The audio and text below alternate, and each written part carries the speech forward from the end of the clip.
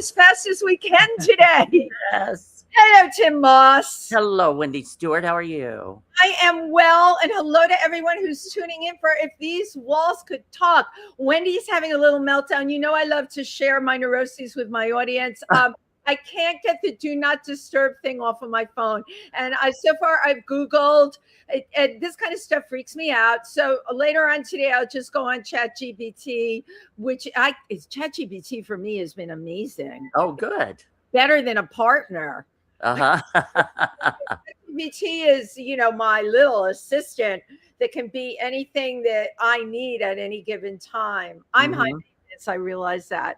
Hey, Tim, what's going on with you? Oh, not much. I haven't even checked, actually. I forgot to check to see what I did this last week. Well, I have to give a big shout out while we do our week in review, because our fabulous producer of this show, Cameron Cole, of course, we had on as a guest last week talking about his film Glitter Baited, which will be opening in Forest Hills at the Regal Forest Hills tomorrow night. That's the 13th of August. And Tim, I believe you're going to be able to go, right? Yes, I'll be there. Yes. It's great. So if you're listening and you feel like riding the R train, the Q train, what are the other trains that go there? I love telling people how to get to places. The E, the F. The E or the F. There you go. Be there or be square. And here at Pangea, I wanted to give a little bit of shout out to the wonderful Flash Rosenberg. She's been a guest on the show. She's an incredible comedian, and we chatted it up at Penny Arcade's birthday here. Which, my God, that was just a week ago. Everything feels like it's like a month ago. But she has her regular Tuesday show here, August 18th, Stories on Stage. But she also has a new show, Finding Time Now, Life in a New Dimension. And that show is going to be Tuesday, August 25th. There is 6 p.m. doors opening like we always do. 7 p.m. is the show. I like the name of that show. That would, on the name alone, it would make me go, right? So, I was just like, I chilled this weekend. Tim, do you ever feel guilty, like when you're not working or not doing things for you? Yeah, sometimes. So there are other times when I'm just like, I'm so glad I'm not doing anything. So I guiltily went to a lake this weekend, and I sat in the and I threw bread at the ducks. Good for you, and good for the ducks. The parade was out there, and I could hear the cymbals and the drums, and there I was in a lounge chair. But it was really nice, though. I never did that. Right. I'm glad you did. I'm glad you got a taste of something new. And it was a taste of something new, right? And Rose Trentman is going to be celebrating her birthday. So I think the actual date may be tomorrow. I'm not sure, but Rose is not only an amazing friend, amazing to many people. She's a former boxing commissioner of New York. Don't get in her way or she'll box you. And not on Boxing Day. Wait, my Boxing Day is like, you're laughing. Isn't that a British thing? It is. Yeah. Okay, good. Now, our guest is from Britain, so I'm trying to make him feel comfortable ahead of time. Anyway, yes, Tim. Can I announce our guest now? Let's just do it. Absolutely. Oh my God, he does everything. First of all, a big shout out to Princess Wow, Mindy Fraken, who has sent us a number of great people for the show. And she called me up about this person. She said, you have to have him on. And of course, when I started reading about all the fabulous things that he's done, we want to introduce our guest to you. But first, I'm going to tell you a little bit about him. He is a multifaceted fashion designer, musician, author, and educator. And by the way, I love the fact that he's an educator as well. That's all about paying it forward, right? Yeah. And he is at the crossroads of design and music, from his punk-inspired designs, including collaborations with David Bowie, to fronting his band Slinky Vagabond, to teaching now at the University of Southern California, the Jimmy Iovine, and I messed that name up, and Dr. Dre Institute. He's unique to his approach to fashion, music, and the ever-evolving relationship between these dynamic art forms. Please welcome Keenan Duffty. Yes. Thank you for that amazing introduction. Wow. But there's all this stuff on you, when I We need you to scoot in a little. Scoot in. We got to be centered. Okay, great. Yeah, you got to be cozy. This is the man who knows about proportions because he's a designer. How are you, Keenan? I'm good. How are you, Tim? I'm wonderful. Wonderful. Welcome to the show. Thank you. Thank you for having me. It's so exciting to have you. And I actually knew you before I knew you because I have followed John Varvatos for years. And not only did you work with him, but your whole background, there's just been a lot of crossroads. Sure. You came to New York in the 90s. Yeah.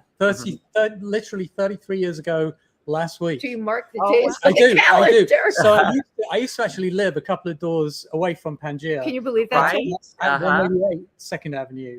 And for years, I would always, on the 4th of August, which is the day that I moved here, I would always go back to that building to kind of pay homage because I got out of the cab from JFK and the smell of popcorn from the movie theater across the street. Right. And there was a $5 bill on the floor. And I was like, welcome to America. Yeah. The streets of $5 bills, knuckles. There's just money laying around. Right. But those are all, and Tim will agree, really incredible signs. Of course. Yeah. It's the universe. I mean, I know it sounds cheesy, but it's the universe telling you you're in the right place. You've kind of arrived where you're meant to be. Keenan, we're all about the universe here. We can't. You don't want to keep going on that because I live my entire life that way. I have people talking to me from the other side. Yesterday, some friends had passed him. We'll get into it later. Talking to me from the other side last night had me calling up people to remind them that these people are no longer here. I'm telling you, but it's all about you today. You were born in Dorchester. Yorkshire. Okay. Okay. Doncaster. Dorchester's the right. other No, end. Doncaster. That's what it was. I know it was one of those. It was one of the D and it ended in ER. Doncaster in Yorkshire. Yes. Yeah. South Yorkshire. South Yorkshire. Which is a small town. It's a town that everybody goes through on the high-speed train going somewhere else. I love it. They go through it. But it's a great little town. I really enjoyed growing up there. And, I still have a lot of friends who live in the town. Do you really? Yeah, wow. Yeah. A lot of my high school friends and a girl called Yvonne Taylor, who's dear friend from when I was, I think, 16 years old. And, we see each other. Either we meet up in London or she used to come to New York in the 90s a little bit because her former husband was an airline pilot. So she could come all the time. It didn't cost her a dime. Virgin Airlines flying to and from here, there, and everywhere. Nice. Love it. It's interesting, though, because, my God, you've won so many CIFDA awards and you're major in the fashion industry as well as music. And yet you've kept your humble beginnings. A lot of people can't say they're still friends with the people they knew in their small town growing up. So I think it's, formative stuff. I mean, you meet people, and certainly in my case, my friend Yvonne that I was talking to you about, she taught me to sew and she kind of taught me about fashion. Wow. So she's really one of the main reasons why I tried to go to London, go to art school and study fashion. Otherwise, if I hadn't have had that door opened for me, it would have probably been too daunting. That's why it's very, part of my growing up and hopefully part of her life as well. It's as meaningful to her as it is to me. Well, to any of the kids that come from anywhere, right? Like Tim comes from where you come from. What is it called again? Well, I come from Auburn, Indiana, and 12 Mile, Indiana. 12 Mile, Indiana. I grew up here, so I got a pass already. But it amazes me, like 12 Mile, Indiana. Tim, came here because he was supposed to be here. You came out of a small town, although people that have I talked to you a little before the show, you had backing from your parents in that they had a hair salon. Yeah. Cool. Growing creative. up. Growing up, I grew up in a ladies' hair salon. My dad had a barbershop next door. So you have good hair. Right. I still have hair. Move over a little. I want people to see your hair. That's good hair. Wow. So and so I grew up around creativity, and it was my mom played the piano. My dad was very skilled as a kind of draftsperson, and he built the stores that they had. Wow. And physically built them as well, as well as sort of drafting them and everything. So yeah, it was kind of like seeing creativity and commerce come together, and understanding that, you know, you can live by your creativity. And I've always and oh my God, and also seeing something form from imagination. Yeah, like to create a salon or barbershop. Yeah. And put it together and actually create it. Wow. Yeah. And be also successful at it. Now, I know you credited your friend. I'm glad you gave her the shout out as teaching you to sew. But like growing up in this town, you were creating like punk outfits already. Yeah, because there wasn't anywhere to buy. You know, in the kind of early days of punk, there was a store in a town called Leeds, which was fairly close by, but it was kind of expensive. And they sold Vivienne Westwood stuff and other stuff. A moment for Vivienne Westwood. So we would go there and see things, and then I'd go home and try and make my own version of it, stencil on T-shirts. And it was great, actually, because I made a T-shirt. Johnny Rotten from the Sex Pistols wore a T-shirt that said, "I hate Pink Floyd." So I made my own version. And in 2018, I went to see Nick Mason from Pink Floyd playing with Gary Kemp from Spandau Ballet in Europe at a show. And Gary invited us backstage, and I told Nick about the T-shirt, and he laughed. And I said, "I actually got it with me." And he said, "Oh, get it out, I'll sign it." Oh my God. He signed it, and then he said, "Oh, wait a minute. Let's do it again. I'll pretend to do it again and take a photograph because nobody will believe you." So I've got Nick on camera signing the T-shirt. So it goes to show. Backing up, how did you get invited backstage? Because that's not something that just happens either. Because Gary from Spandau Ballet plays. Okay. So Gary had got you back there. Nick has a band called Saucer Full of Secrets, and they do the first two Syd Barrett Pink Floyd albums. And they go on the tour all over. They played the Beacon Theatre a few years ago. They tour the US, Europe, wherever. And they've been doing it since 2018. And so they were playing. I was working and recording actually in Italy with a friend of mine, Fabio Fabri. And Gary said, "We're playing in Milan. Do you want to come and see us?" So he put us on the guest list. Cool. After the show, he said, "Hang out and come backstage after the show." And we did. Nice. And, Nick was very, very great. They were all great. Gracious, great guys. Nick was very gracious. And it was all because of Gary, really. I mean, he's a lovely guy. So, thanks. It's amazing to me because we have a lot of people in music and a lot in the arts come on this show, and everyone's path is, of course, different. But a lot of people's paths are tumultuous. I don't get that feeling with you. I get the feeling like, you had this idyllic childhood. You created these great clothes. Nobody made fun of you for wearing them. Oh, no, they did. Yeah. Oh, they did? Of course they did. But mercilessly. You were mercilessly made fun of, and yet you continued on you applied to Central St. Martin's and got in. Yeah. Every major designer, that's the school. It is even well beyond, like, I love Parsons and FIT and all that, but Central St. Martin's, it's a who's who of people that have come out and been famous designers. The funny thing is, though, when I moved to London and my mum and dad came down and I took them to St. Martin's, it was called St. Martin's by then. It became Central St. Martin's later. But I took them into the school and they were like, "Is this it?" The windows were broken. It was dirty. It's so prestigious. It was like, but the thing with St. Martin's is it was the environment that you're in. It was the teachers that we had. Yeah. They were amazing. And it was being right in the middle of central London. We were in essentially Soho in central London. And then in the early 80s, it was like a red light district. So you would see, sort of working girls, but you'd also see John Hurt or any of those amazing Ian McKellen, all of those great actors, incredible theatre actors, and they'd just be like in the streets there. And so it was very you kind of soaked it all up, and it made it feel that those worlds weren't too far away from you. Right. Achievable. And that's something I say to kids today. When I'm teaching, I try to impart that in them, like, you don't feel that anything's out of reach. Have a go for it. It might not work, but even if it doesn't work, the path you end up on is probably the one you were meant to be on anyway. Right, and you don't. You try, and you can't be afraid to fail either. Because Well, I wanted to kind of back up to now your friend that taught you how to sew or got you into sewing. How old were you at that time?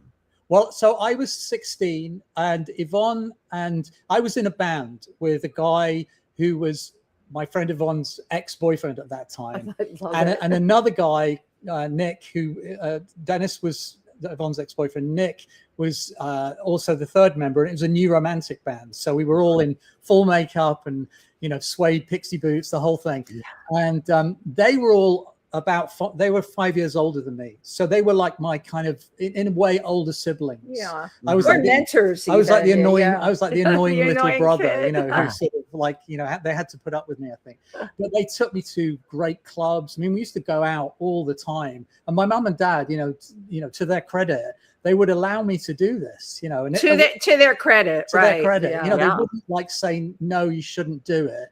Right. You know, or no, we want you home by this time. They would just say, and the world was much safer in those days too. Yeah.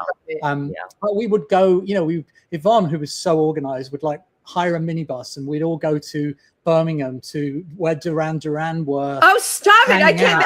It's just like your normal life. I'm just chopping at the bit here. It was kind of amazing. That's kind of amazing. We'd go to London, and there was a guy, Steve Strange, who ran a club. He did a massive event on Valentine's Day, and it was where these four young guys came on stage with a cassette recorder, and they switched on the cassette, and that was the kind of beatbox, and they played these really cheesy synths. A cassette recorder. And I've no idea what happened to that band. They were called Depeche Mode. Oh my God! I can't. This is just your name dropping left and right here. You're name dropping from the day because it was these so people great. are all went on. Great. I love Depeche Mode. Depeche Mode are amazing. They're amazing, and there's a new remix out. You're into EDM, right? Yeah, you heard the new remix. Yeah. It's incredible. So you just took all of this for granted, and your friend hiring, you know, a van, and you're just tooling all around. So music was your kind of your first passion. Yeah, music was so I got into clothes because you know, when I saw people like Bowie and Roxy Music, but also bands like The Sweets, who were sort of, people think of them as kind of like, you know, Bowie and Roxy Music are the gods, and then people like The Sweet and Slade were sort of maybe a little bit cheesy or whatever, but they had amazing songs, and they also had amazing clothes. Right. And so I'd see these people wearing the clothes, and I would think, I want clothes like that. When punk happened, it demystified it, because then actually you could make things, and you didn't need to learn to sew, really. You could just duct tape down the side of your pants or safety pins.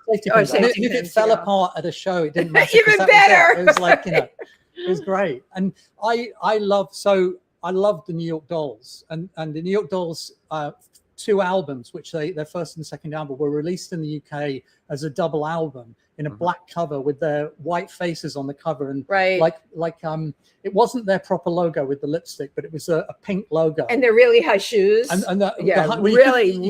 couldn't see the shoes on the cover, but you could see, I'd seen photographs of them, and I thought they were amazing because they kind of weren't glam. They were something else. Yeah. And they were, and it, you know, it was the name in the title, it's New York. Yeah. And at that time I thought, wow, everybody in New York dresses like that. That's kind of amazing. I was growing up when they were big, and I was in college, and I'm like, who are these guys? In the Bronx, we would come down. They were at CBGB's, I think they played. I came down, I saw them. I can't believe you crossed paths with all of these people. Yeah, it's so I'm always interested in like the origin and the evolution. So how did you get into the music, and then the music kind of put you on stage to where you saw these other groups, and then you wanted to dress cool like them, so you got into fashion. You see what I mean? How did you get into the music? Well, I didn't. So my dad bought a stereo. It was like called a music center, which was a record player, cassette player, and radio. And he brought it home. He was very proud of it. Stereo center, right? Yeah, and he said, "Oh, if you want some music, I'll get you some music from the library." And I said, well, get me some rock. From the library. From the library. Like you could borrow vinyl albums from the library. So he came home with 2 albums, and one of them was the Rocky Horror Picture Show. Yeah, I love it. And he didn't know what it was. It was just like rock was in the title. Just saw rock, right? And I was like, what is this? What a great dad. It was kind of purely accidental. So Rocky Horror, I kind of got into that, and I also got into the Who's Tommy, the movie. Oh God, yeah. It was amazing. You know, and then all of the singles by Mark Bolan and The Sweet and all those people. And that was really, you know, it was the pop aspect of it that I really liked. And you know, as I said earlier, I love what I saw, what these people wore. I hadn't seen the movie Rocky Horror Picture Show until a couple of years after my dad borrowed the record. Wow, you had the record first. But I had on the record sleeve. On the record sleeve, there were pictures of the performers. So you saw Frank and you saw everybody. You know, and it was kind of like, wow, what is this? This is like who are they? What is this story? You know, it's an amazing story. So that was really the impetus of it. But did you play any instrument? So my mom and dad got me to have piano lessons, and I was kind like of every kid, right? I was kind of not really into it because the teacher was kind of a bit grumpy, and then my dad said, "Well, what else do you want to play?" And so I said, "Okay, well, maybe guitar." So they got me a Spanish guitar with nylon strings, you know, like a typical Spanish guitar. Yeah, my guitar like flamenco. Yeah, my guitar teacher was trying to teach me how to play. And I was kind of interested, but not really. And then he said, well, what do you want to do? And I said, well, I want to play like music like The Who and things like that. And he said, oh, you need to learn a bar chord, which means your index finger goes all the way across the neck. And you're playing basically an E chord, but you move it up and down. So it's one chord. And you can play basically anything. You can play by The Who, or, you know, you can play Mark Bolan, whatever. And as soon as he taught me that, it was it was golden. I was done. And then I was like thrashing around. And then I painted the guitar black, and my mom and dad were like, "What are you doing?" You know. And then, you know, I'd plug it into my dad's music center, and like you plugged it into the music center. This is such a great visual. Get his microphone and tape it onto the guitar, and like playing, you know, really badly. And so that was I love it though. Yeah, and it was fun. It was really fun. So then you formed a band. I formed a band with my school friends. And it was called Sordid Details, and it was. I think that's such a great name. It was We're the Sordid Details. We're the Sordid Details. It was a punk band, and initially it was like, you know, upturned biscuit tins with tape, with Scotch tape over the top to make a kind of snare drum or whatever. I can't let that pass. Biscuit tins that you made into like 2 biscuit tins. Hilarious. And knitting needles as drumsticks. And then I had a guitar, and then another friend of ours had a build your own sort of synthesizer, which was it was kind of like an electronics kit, and it made awful squeaky noises, but it was fantastic, you know. So we were doing that basically in my bedroom for about a year. And then we started to actually get instruments. I swapped my banana seat bike for an electric guitar and an amp. Wow. From a guy I went to school with, who I'm still good friends with. He got the bike, I got the guitar. And then my other friend got a bass. And then we roped in another friend. We had several, like every band, we had several drummers, you know, like Spinal Tap. One drummer. Yeah. Right. Especially with those biscuit tins. And eventually we got the guy who actually had a drum kit, which was fantastic. So we kept him. Martin is his name, Martin Bird. And so we got another friend to be the singer, because, you know, I was playing guitar, my friend was playing bass, and that was it. And then we started playing gigs. And as soon as we got in front of people, I just thought, this is amazing. You know, like the interaction with an audience. Yeah. You're kind of all in the same space. And this is such an easy story. It's like it's the one, Tim, you know this. I got a barn. I've got costumes. Yeah. Let's put on a show. That's exactly what you did. Yeah, and it's very organic. You know, it's good fun. And the audience was the thing that just turned it. Now, were you kind of the band leader, the one that was kind of pulling them together? Yes, because I was kind of the bossy organizer. You know, yeah. I would go to the vicar in the village that we lived in and say, vicar, right? Can we play in the village hall? And he would say, well, what kind of music do you play? And I'd be like, folk music. And he'd be like, okay. And then, you know, every kid in local villages would come with their hair spiked and, you know, their pinned and all the rest of it. This is a movie, actually, while you're talking with these visuals, right? And the exchange of the banana seat bike. This is really, your life has really been a movie. It's funny. It's very funny. You know, and then you came to New York. Well, it took a while longer after that. While you were playing the music, then your friend kind of taught you how to sew, and you came to the realization that I can make clothes that are very cool. Yeah, right? I met my friend Yvonne because after the punk band, I kind of wanted to do something a bit more experimental.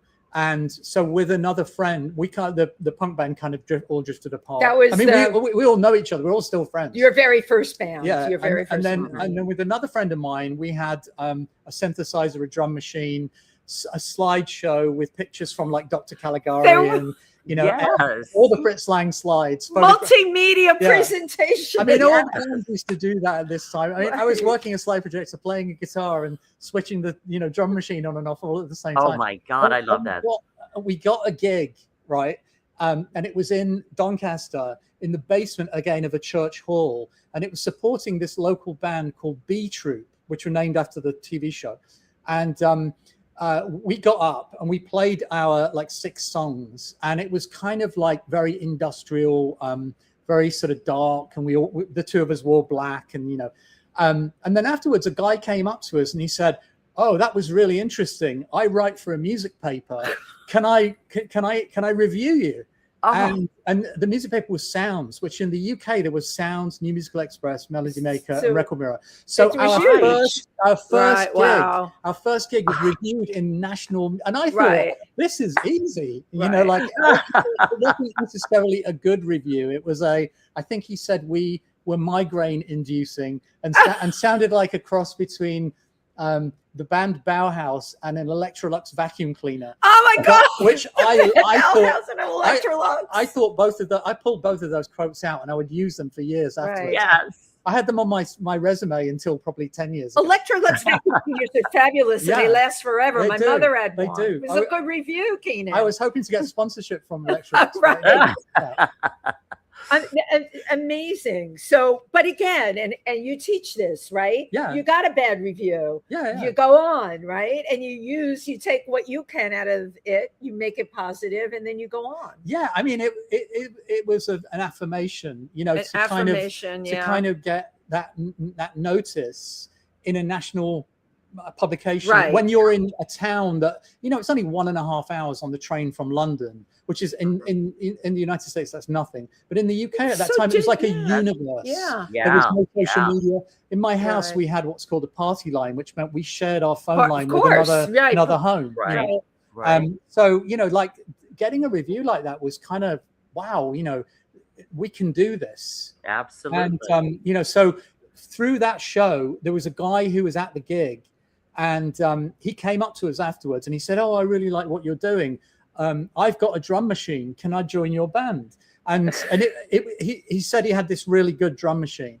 And we were like, "Okay, yeah, sure. Come to my house next Tuesday night. We're having a rehearsal." So this guy, Nick, turned up with his drum machine. And it wasn't until we later found out he went out and bought it after he'd asked us if he could join the band. He didn't actually own it. Okay, but that's an entrepreneur. There's so much in what you're saying. I love that. It was great. I love that. Great. Right, and he joined the band. So he joined the band. He knew my friend Yvonne, and he kind of brought her into the fold. And she became our manager. So she was like, so Yvonne was also, so she was the one that really got you all started. She became your manager. Yeah, she was doing all the planning and, you know, like sending our tapes to record companies, trying to get us gigs. But you realize what a different time this is, right? Yeah, While totally. we're talking, the things that Keenan's describing just wouldn't happen now. You couldn't make that happen now. There's just too much, I don't know what to say, interference, too much stuff. This was like a straight path for you almost. Yeah, you know? I mean, there's a lot of noise today. There's a lot of noise. You know, that's what I'm trying to say. One of the things that, you know, I challenge young people with, if they show me a business idea or an idea for a fashion collection or whatever, you know, I ask them, who's your customer? Who you're trying to speak to? What's your community? You know, don't think about the community that you're trying to reach and how you're going to get to them. And 9 out of 10 times they say, "Oh, well, you know, through social media and da. But everybody's on social media. It's a very noisy space, and it takes a lot of capital to break through in that space. Oh my God, I so agree with you. So you've really got to think that through really well and really know who you know, be authentic about what you're trying to say as well. Be real. And do it for the real reason, you know. Don't think about I'm going to do this to make money, because in most cases it doesn't really work out that way. What you're doing becomes defined by the world out there. They tell you what they want from you, whether you like it or not. Right. I mean, you know, David Bowie's a classic example of that. He tried so many different things over his career, And it really was the audience that told him actually what they wanted from And it. he had to listen. And you have to be able to listen and implement it. Yeah, but he was willing to experiment, which is a great thing too. Right. You know, like that experimentation and trying things, not being afraid to fail. Yeah, he was very bold. Yeah. I mean, I've failed at so many things over the years. You know, nobody died, so that's good. Yeah. You know, so but without that experimentation, I don't think life's that interesting. You know, we do this stuff at least 8 hours a day, at least 5 days a week to live. You know, and if you're creative, you're probably doing it 24 hours a day. Right, because it's who you are. Yeah. But you have such an incredibly positive way. We're very similar.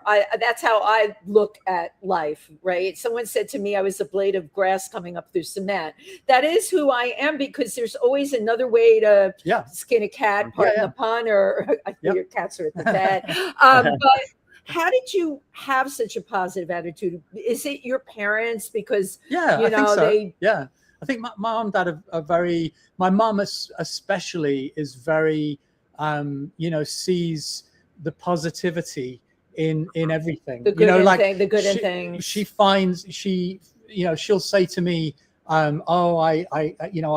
sat watching the sky last night. It was a beautiful sunset, inspiring, and you know, it's kind of very heartfelt, and it's also a great lesson, you know, a great reminder to watch the sky, to smell the roses. To smell the, I mean, you know, and these things, they always sound like cliches when you say them, but they're really true. They're the kind of essence of why I think we're all here. Keenan, you're inspiring me, because I am that person, but I struggle with it. You heard my opening to the show. I was laying by a lake feeding ducks and feeling completely guilt-ridden that my career was over and no one was ever going to hire me for anything again. That's everybody. Messed up. Everybody goes through that all the time. Everybody goes through that, right, Tim? Yeah. Right. I mean, you know, the imposter syndrome thing as well. Oh, you know, it's like, I mean, people say to me, "Oh, you've done a lot of things," and I always say, "Yeah, most of them not very well, but you know, I kind of don't care. I mean, I don't mind making a fool of myself or whatever. It doesn't matter to me. You know, it's like." I don't want to have regrets and say I wish I'd tried this, I wish I'd done that. Because you've tried it all. Have a go. But you've also received, you've got a lot of accolades, you've got a lot of awards, you've got a lot of things. Right, but to Tim's point, say otherwise, yes. You put yourself out there to have that happen. So your first job out of Central St. Martin's, what was your first job? Well, while I was in college, we had permanent desks, and mine was on the ground floor, and it had a window onto a street in London, which was opposite a very famous restaurant called L'Escargot. So you'd see all of these famous actors and, you know, sort of famous people coming in and going out. And so I used to hang everything I made in the window. And my peers called it. I don't know what made me ask you that, but I was expecting an answer that would be, Tim, that's freaking brilliant. My peers used to call it Keenan's shop, right? So at that same time, and people would come up and knock on the window and say, "How much is that?" And I think, "What do I need to go to a club tonight? You know, £20." Yeah, exactly. Come around the front of the college. That'll be £12.30. It was usually like 20 or 25. 25 pounds. And cash. Always bring cash. You had no check. And so no license. You did this. No. That's great. And then simultaneously, I worked in a shop which was a very sort of cool shop called PX, which sold all of the kind of new romantic gear at the height of the new romantic movement. And can you just, and I don't want to interrupt, just for people that don't know, I know I've got people that are watching. Sure. What defines the new romantic movement? Well, it was kind of also described as peacock punks. Okay. So what it was at the end of the punk movement, everybody that was disillusioned with punk kind of got back into their David Bowie, Roxy Music. Rocky okay, Horror got Picture it. Show Roxy moment. Music. So we all put the makeup back on and the high shoes back on and the glitter and the glam. Right. And started listening to music that was a bit more progressive, like Depeche Mode. Right. Depeche Mode. Okay, thank you. And another great friend of mine, Rose Turner, managed the shop PX, and she actually got me in there as what they call the Saturday boy, which means every Saturday I would work and she'd make me run up and down the stairs. So she didn't have to. So she didn't have to, right. And incidentally, Rose Turner is the mother of Callum Turner, who's the actor who is made a ton of movies and is kind of in the running to be the next Bond. Oh, you're kidding. Nice. And It's Callum Turner. Callum Turner is a lovely guy. Him and Dua Lipa just got married. Nice. Tim, you love Dua Lipa. I do too. Yeah. So Dua Lipa's new husband is Callum. So that's my friend Rose's son, and he's a lovely guy. You knew Callum in the day too, I would imagine. Yes, since he was born, basically, not long amazing after he was born. stories. Yeah. Well, our incredible guest today is Keenan Duffty, and we do have a video that we're going to take a look at, and then we're going to come back and we're going to talk about Slinky Vagabond. Yeah. We'll talk about Slinky Vagabond. Vagabonds. It is a pleasure to introduce to the stage Mr. Keenan Duffty.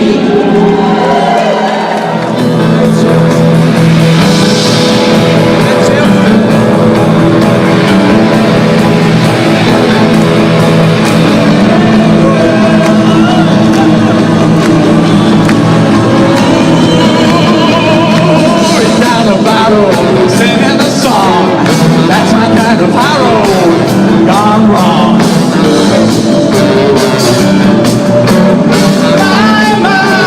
Smile at least, you can't say no to the beauty and the beast.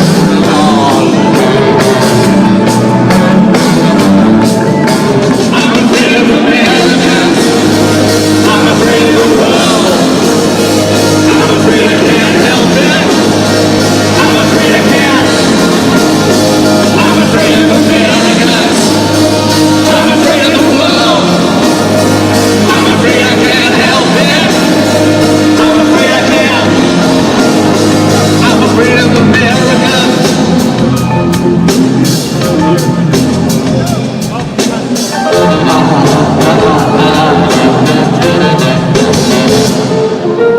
Johnny wants to breathe. Johnny wants to suck on the coke.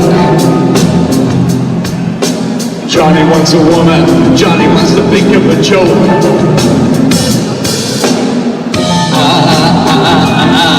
Come on!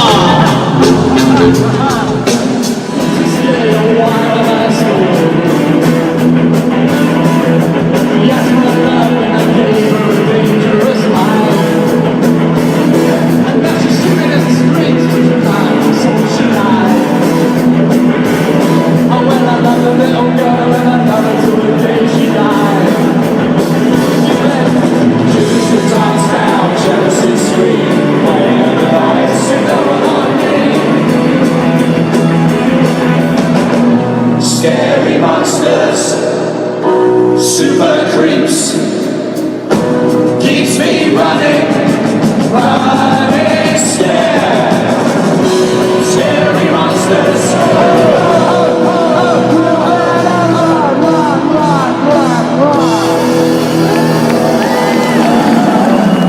The body contingent. Space energy. Keenan Duffty. Wow. Yes. It's a lot of fun. That was only 2 years ago, and his friend Yvonne was there, which is so cool. Yeah, you had to share this interview with her too. It was in Liverpool. It was a David Bowie convention at St. George's Hall in Liverpool, and that's where they filmed a lot of the new Batman movie with Robert Pattinson. In Liverpool, in and outside that building, it's a very kind of interesting sort of Gothic style building. So it was great to. And there you were performing there, right? And the guy on stage with the mask is a guy called Spiz, who had a band called Spiz Energy at the time, and they had a big song called "Where's Captain Kirk," and he was performing also. But I said to him, "Come back up on stage when we're doing Scary Monsters," and he brought out this ridiculous Venetian mask. He's so funny. He's up there rocking up. He's really, really funny. So it was great to kind of. And I was a big fan of his when I was a kid. So it was kind of great. You were on stage with him, right? Yeah, cool. And yeah, it was good. Wow. So Slinky Vagabond has been together like for decades now. Coming up on 2 decades. Yeah. Yeah, we came together in the mid 2000s. I'd known Glenn Matlock, who's one of the original Sex Pistols, because I did clothes for the Pistols when they toured America in the early 2000s. Yeah. But I met Earl Slick through MySpace. And so we, MySpace, so I posted some music on MySpace, Wow. and I got a message from somebody, saying they were all slick, and I like your tracks. If you ever want to record them properly, I was like, wait a minute, they were recorded properly. He said, if you ever record them properly, let me know, and I'd love to do something with you. So we arranged to meet up in a restaurant here in the city, and in walked Slicky, and we immediately really hit it off. I mean, we're still great friends, and so we decided to record, and he had a studio that he worked with in upstate New York in Rhinecliff, near Rhinebeck. And, he said, we need a bass player and a drummer. And I said, well, I'll ask Glenn Matlock if he'll play bass. And I knew Clem Burke through a mutual friend, Clem, the late, great Clem Burke from Blondie. And so I asked both of them if they would be interested in doing it. And they said, yeah, they all wanted to play with each other. They were kind of like Clem wanted to play with Slick, and Slick and never had before. And they never had together. the chance. So we got together. We went upstate. We recorded, I think, 6 songs in a couple of days. And then we got the offer to play supporting the New York Dolls at Jerry Ramone's birthday bash, which was at Irving Plaza. It was a fundraiser, lymphoma research fundraiser. Right. So that was our first gig. So I mean, I hadn't been on stage for quite a few years. So it was like a sold out crowd at Irving Plaza. So instantly, right? With the Sex Pistol on one side, a Bowie band member on the other, and Clem Burke, driving the. You're like pinching yourself, and like, is this really happening? In the changing rooms with like Sylvain and Johansson. I'm like, wow. But you are so fluid as a person, even in your talking, your whole body language, your sensibility. And there's a lesson to be learned from this. If you are fluid and you navigate your life like that, things like this will happen. Yeah, I guess so. I mean, I think you just have to be open to stuff. Really open. And also open to rejection, because there's a lot of rejection. Well, that's what the music, yes, but certainly in the fashion industry, the rejection is huge. The competition is huge. I mean, and you've gotten awards. How did that all play out for you? How did you make a name for yourself in the fashion industry? Well, I don't really like fashion. I don't like fashion. And actually, Bowie said the same thing to me when I first sat down with him. He said, "Oh, I don't really like fashion," and I was kind of like, "The two of you were collaborating." I was like, liar. But I think I like image, and that's right. Like, the way let's say Tina Turner in the Tommy movie, the way she moves, the clothes she wears, they enhance the way she moves. Yes, and it's also true to her authentic self, right? And I think that's true with any great musician that I love. The ones that are really truly authentic to themselves. And Bowie's an exception because he kind of had all of these different eras, I guess. But underneath it all, it was still always the same thing.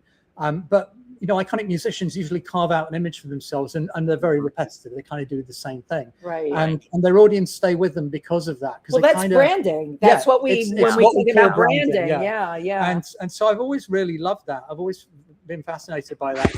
I actually do love iconic designers. Coco Chanel, for example, Balenciaga, the actual design, Cristobal Balenciaga, not the brand today with just Balenciaga. Right, but the classic. But, the shapes, the silhouettes, the styles, so on. And so I do love all of that.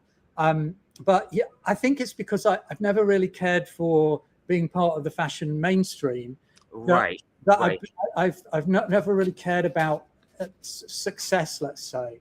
I always figured if you can make a living by your creativity, for me, that's success. I can support myself doing that. You can support yourself doing it. I've never done it in music. I've never really tried to. I had a record deal when I was in college, but there's never really any security in it, let's say. Whereas with fashion, I always thought it was a career you could do in the longer term. And so, I think maybe not caring so much. I think maybe not caring so much because, the ones who really do care, they get chewed up and spit out. Your whole thing is about creating. You weren't really thinking about the money. No, I was trying to build something. We had a design studio. So when I met my wife not long after I came to New York, and I started my business here in New York, And she had a completely separate business. I was going to ask, is she a designer also? She was a designer. She had an accessories business, but she was in the photography industry when I met her. And so she could see that I was totally overwhelmed. I was shipping, some really good stores, but I kind of just didn't have the capacity to do all of the organizational stuff and all of the creative stuff. Of course. I could manage some of it, but I was just getting overwhelmed. So she kind of started helping me out initially, and then really joined in full time. And I think that was the moment where there was some structure to it. Basically it was collecting money from retailers that had big names, but really necessarily. Well, you were in Bergdorf's. I mean, this is so funny. You were a punk designer that ended up. That doesn't happen, but it did for you. It was a moment. I think, at the time. Yeah, it was definitely. I think a store like Bergdorf at that time, and even. We sold to Barney's, we sold to people like Fred Siegel in LA, right? Harvey Nichols, Harrods. Those are all like real. That's heavy fashion right there. Yeah, that wasn't Mason funny. But Keenan, can I move you over just a little bit more? Keenan, you're listening. Scoot over just a little bit more. Here, you got all kinds of. He's nice and slim, so we got. But now, Slinky Vagabond, didn't you a store? Yeah, we had a store. So Slinky, that's what I thought. You had a store, a band, and designs. Well, and Slinky Vagabond actually was an incorporated company. It wasn't meant to be a fashion name or a band name or anything. In order to sponsor myself for a visa to be here, I incorporated a company name and used that company to sponsor me back in the day, like in the 90s. That was smart, right? And then when I started the fashion label, I thought, I'll just use that name. Right. And it turned out there was a shoe company in Sweden, I think at the time, called Vagabond. So they started getting all, defensive about, that's our name. And so rather than go into an expensive legal battle with them, I thought I'll just switch it into my name. So the label became Keenan Duffty. But the Slinky Vagabond name was still around. So, when we opened a retail store, we called it Slinky Vagabond. And then when we had the band, I think it was Glenn who said, why don't you just call it Slinky Vagabond? And so we did. So it's just stuck around. It's a name that stuck. Yeah. So the band has had a second incarnation from 2018. I met who's become a very, very good friend of mine, an amazing musician, producer in Florence, Italy, a guy called Fabio Fabri. And we started a whole new kind of musical relationship. Working with other musicians as part of a sort of collective, if you will, and it's still called Slinky Vagabond, and we've made like 3 records under that name now, 3 albums. Wow. And Fabio's really driven this because he has a studio, so he's an amazing musician. He's a great arranger, producer, songwriter. We write together. This is incredible. So you're on a whole different. Yeah, but it came about from a friendship. It came about from being introduced. Organically, or an organic friendship. And continues to this day. We were just all of us, Fabio and his partner and his son, myself, my wife Nancy Garcia. We were all in Italy together just over a month ago. I love it. So it's really good because it's based on friendship, but it's a creative relationship as well. Right, but it's a whole thing that if you are a creative person, you can't be laying in a lake feeding ducks. I'm back to my original. Well, I feed squirrels. So. You feed squirrels. We know a number of people. You're a squirrel feeder. I pinned you as one. So you have been really paying it forward. A lot of the things you discussed here, you have students that you are teaching. That is a way of being. I'm going to call it, not even way of thinking. It is a way of being. Can you share with us what you're doing at University of Southern California? Yeah, so I teach in an academy called the Iovine and Young Academy, which is Jimmy Iovine, an amazing record producer. He co-founded Beats, the headphones, which him and Dre sold to Apple for $1 billion. So with some of that money, they established this academy. And I've been watching them since 2013, and I've wanted to work with them. And they kind of let me in the door a couple of years ago. So I teach fashion, but it's through the lens of innovation, technology, and entrepreneurship. Nice. And then I teach also at University of California with Roski, which is a liberal arts school, where I teach somewhat more traditional fashion. So it's masters. Everything I teach is at master's level, but it's building collections and designing products. How did this? What would you say? How did you evolve to this? I had a book published in 2009. Yes. And I went on a book tour. And one of the schools that I spoke at was Marist in upstate New York. I know Marist, of course. Yeah, they're in Poughkeepsie. Yeah, in Poughkeepsie. Yeah. So they asked me if I would be a visiting lecturer for a couple of semesters. And I said, well, I've never taught. I don't know how to teach. And they said, don't worry, we'll set it up for you. So I went up there in the spring semester, 2 consecutive years. And that kind of got me into, I sort of fell in love with teaching because as you quite rightly say, it's sort of passing on the knowledge that you have, not only the success, but also the failures. And not that a younger person today would have the same success or would, have the same obstacles, because you can do the same thing in a different environment and have a different outcome. But I've really enjoyed it. I taught with Parsons for like 6 years. I taught with a school in Florence, Italy, which is how I met my friend Fabio. I do guest speaking things at Berkeley University in Valencia in Spain. This is a path you would have never figured yourself on. And I love that you're sharing that. So now what would you say is the difference between, say, your syllabus or where you're coming from than a typical fashion class or That's a great question. So to me, there's no point in trying to deliver a curriculum that echoes what Parsons or what Central St. Martin's or the Royal College of Art is already doing. They're doing it really well. We don't need another one. So what we need is actually a new way of looking at what fashion can be. I agree. Addressing maybe, sort of traditionally underserved communities, let's say. And one example I would give you is I'm 62, right? So people that are over 60 are probably not really targeted by the fashion industry. We're kind of forgotten in a way. Yet a 60-year-old person today doesn't think of themselves as older or act like a senior. Absolutely, really, 150%. They're engaged and involved, and they. It's not like they're trying to dress young, but they want products that want to look good. They want to look good, and they want to take care of themselves and all the rest of it. So it's that, a community like that, or the disability community, which frankly very few fashion companies have products. Are speaking to if you have lack of mobility in your hands, how do you button a shirt? Well, Tommy Hilfiger has an adaptive collection which addresses that community, and the fastenings on shirts are magnets. So it makes it so much easier for somebody that, for example, has lack of mobility in their hands. So that's what I'm focused on. It's not necessarily building the next collection or becoming the next creative director for Louis Vuitton, because I think other schools already do that really well. So what we're trying to do is to think about, doing it differently. Well, you're addressing other things that we need in our society. To think outside the box and exactly expansion of markets. Of which there are many, many people. Absolutely. Well, the global disability community is over probably between $25 and $30 billion industry. Right.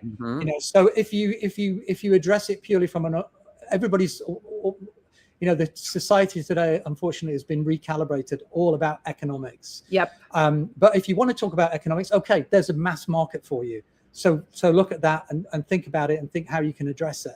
And I think it's really important in society today, where we are globally, politically being recalibrated, to think about others.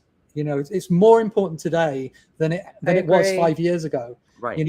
So instead of saying, okay, well, we tried to be inclusive or we tried to be diverse, but it's not really working out economically, so we're going to do something. Now we're going to go back to what we were doing. No, let's go even further now. Let's think about it even more seriously, and let's be more progressive. Well, yeah, with considering society, you're talking about the 60-year-olds that want really cool clothes. Yeah. Like I love Desigual. I live in Desigual for obvious reasons. It's a cool line, right? But think about that, how many 60-year-olds here in the United States of America, and they're hard pressed to find things that they can wear. Yeah. I think that's a whole market. Absolutely. That's totally yes, it is.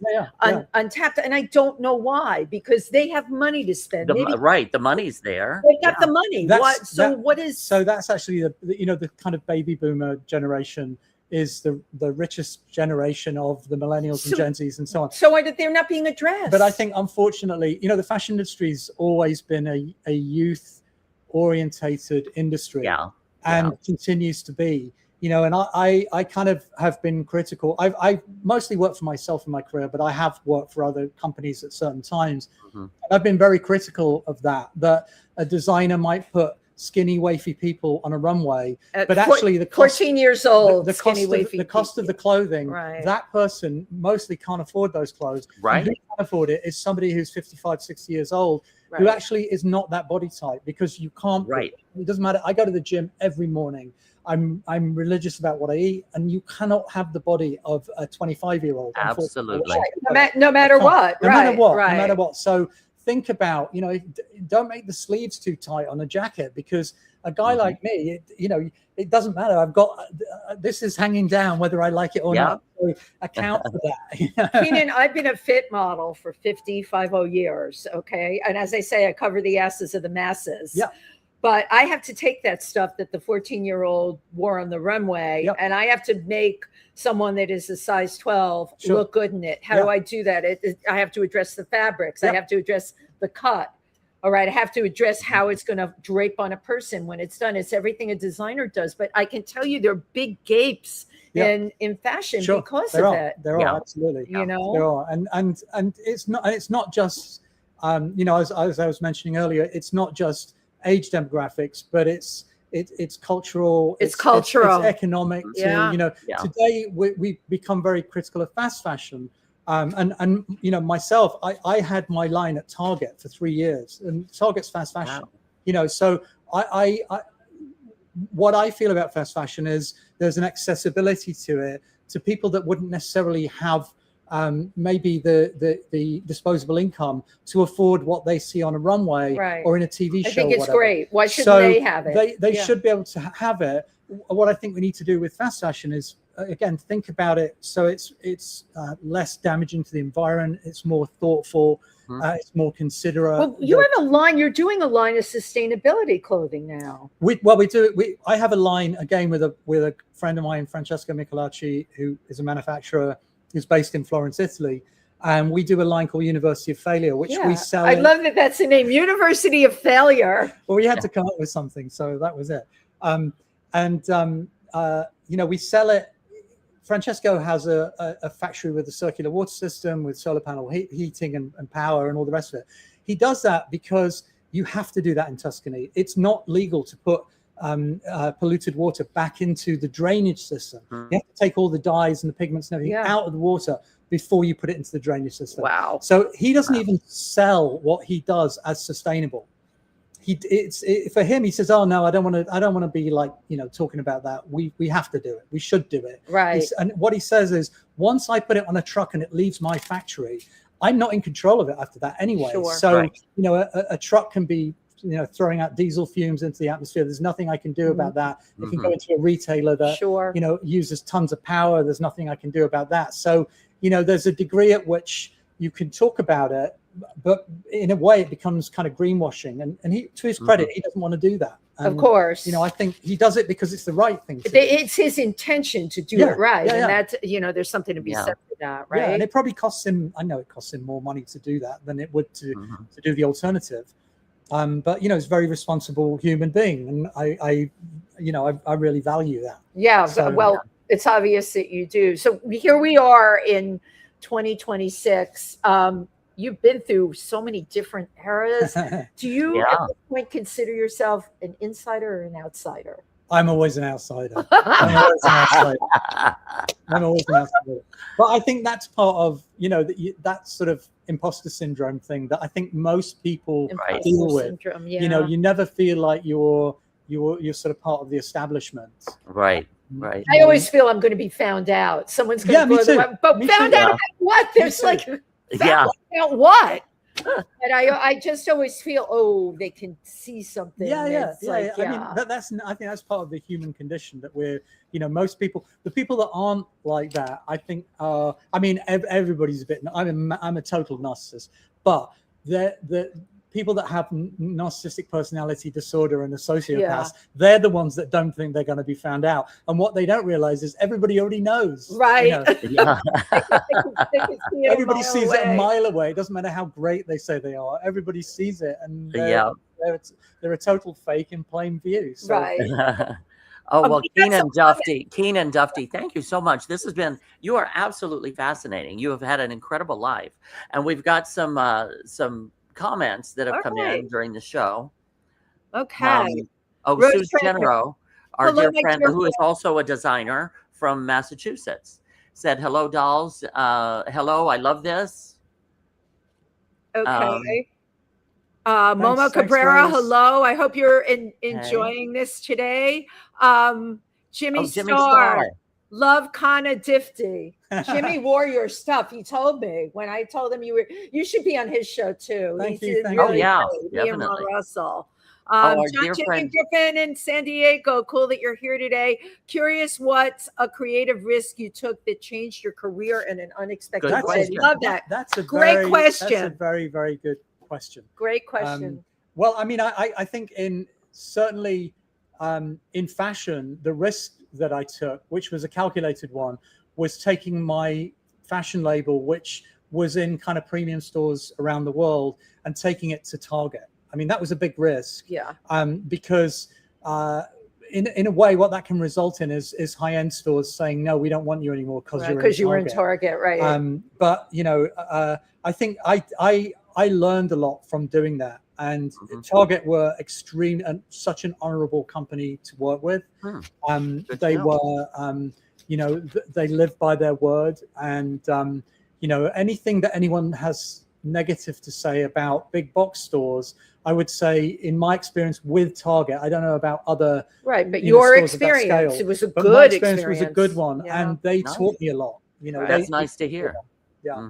Yeah. Thank you for sharing that with us. Yeah. Okay. Jimmy Starr corrected it to Keenan Duffty. Richard Skipper, so glad I stumbled upon this. Richard. I had no idea. We're all saying hi to Richard Skipper. We love Richard Skipper. His show is great too. Rose Trentman, our dear friend whose birthday is tomorrow, says Bowie vibes. I love that. And Sue says, great show. Thanks so much to all of you.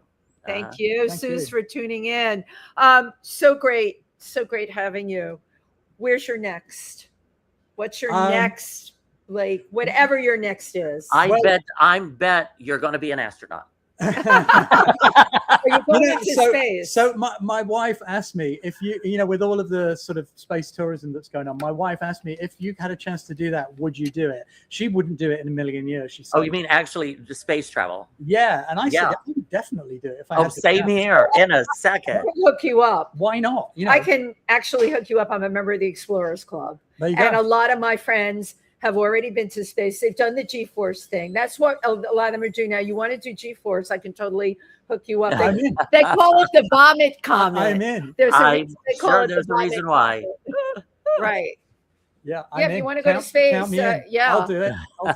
We get things all the time. You have to have some training before you do it. Yeah. But you would be up for it. Yeah. What would you wear? I once made a spacesuit. There you go. For Martha Stewart's. Oh my God, I love this. For a Kmart commercial. I actually made two. One was a backup, which we actually needed. And we filmed at Silver Cup Studios. So over here. Wow. Yeah, it was fun. I mean, what's next? Our semester starts in a couple of weeks. Basically next week, actually. So that's right. On Saturday. Yeah. And I'm so glad we were able to get you here today. Thank you. And we're so grateful. Shout out to Princess Wow, Mindy Freakin. Her beautiful hat. She's been on the show. Mindy, we need to get you back. It's been a couple of years. Let's do it, right? Yeah, she does hats for Slicky. She does. I figured that. I was going to ask you what the connection was, but I love that. Slicky, yeah, she's really great. We do the Easter parade together every year. Oh, she has a little Mindy. Nice. Have you seen her? Talk about original fashion there. Right. Well, thank you, Keenan, much for coming on today. Oh, this was wonderful. To everyone who tuned in. Have a fabulous rest of week. And tonight, if you tune in on my other show, TriVersity Talk, we have Mickey coming on. Yep. Mickey has a new book out, and Mickey Petrillo's book, Walking the Earth, first as a woman, then as a man. I really screwed that up. But Mickey is someone whose career we've been following since he's done his transition, and we support him 100%. Yeah. And he's really quite an incredible human being. So tune in tonight. That's 7:00.